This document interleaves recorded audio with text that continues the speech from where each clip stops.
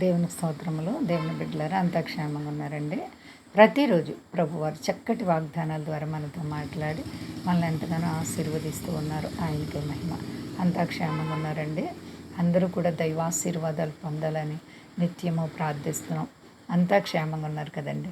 ఈరోజు దేవుని వాగ్దానం యోహాను సువార్త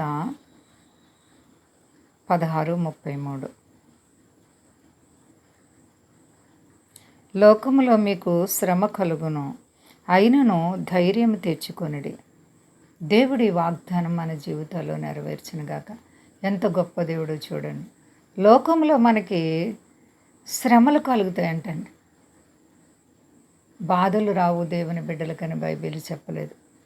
కష్టాలు, బాధలు, శ్రమలు, ఆర్థిక పరిస్థితులు, ఇబ్బందులు, శోధనలు ఒకదాని వెంట ఒకటి మనల్ని తరుముతూ ఉంటుంది.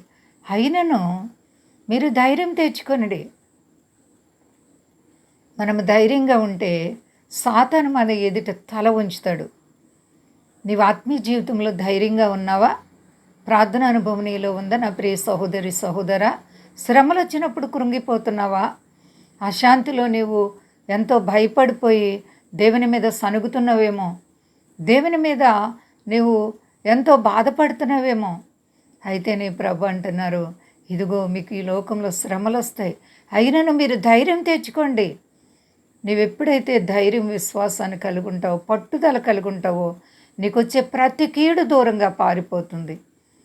ప్రార్థించు, మాకాళ్ళే. ప్రియ సహోదరి సహోదరా, వ్యాధులు, బాధలు వచ్చినప్పుడు అధైర్యపడిపోకు. నీ సమస్యల్లో ప్రభు నిన్ను విడిచే దేవుడు కాదు. ధైర్యం తెచ్చుకో, నేను నీకు తోడుగా ఉంటానంటున్నారు ప్రభువారు.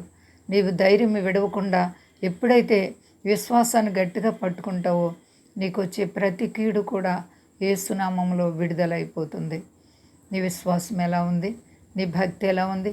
పరిశుద్ధాత్మ అభిషేకం నువ్వు కలిగి ఉన్నావా? కన్నీటి అనుభవం నీవు కలిగి ఉన్నావా? అలాగైతే నీ ప్రభు నీకు వచ్చే ప్రతి శ్రమ కూడా తొలగిస్తారు. ప్రియ సహోదరి సహోదరా, ఏ విషయంలో భయపడకండి. కష్టకాలంలో మనము దేవుని వైపు చూడాలి. ఇశ్రాయేలు ప్రజలు అలాగే వారి కష్టకాలంలో యెహోవా వైపు చూసినప్పుడు అంటండి, వారి కష్టాలన్నిట్లో దేవుడు వారిని విడిపించారు. అలాగే నన్ను కూడా మనల్ని కూడా మన కష్టాలు విడిపించగల సమర్థుడు. భయపడకండి. అంతా క్షేమంగా ఉన్నారండి. ప్రార్థించుకుందాం. ప్రేమ నమ్మకమైన మా యేసయ్య గొప్ప దేవాని అపారమైన ప్రేమ చేత అన్ని వేళల్లో కూడా నీ భద్రత ఇచ్చి కాపాడుచున్నావు. అవును మా తండ్రి, ఈ లోకంలో శ్రమలు వస్తాయి, అయినా ధైర్యంగా ఉండమంటున్నావు. నీ నామ మహిమార్థంగా నీ ప్రజలుగా మాకు ధైర్యాన్ని ఇవ్వండి ప్రభువా.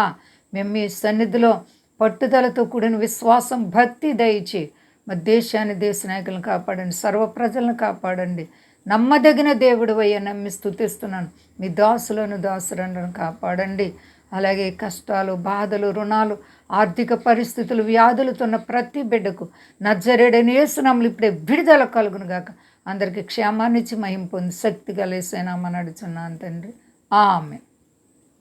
అందరికీ వందనాలండి. మా కొరకు, పరిచయం కొరకు అందరూ ప్రార్థించండి.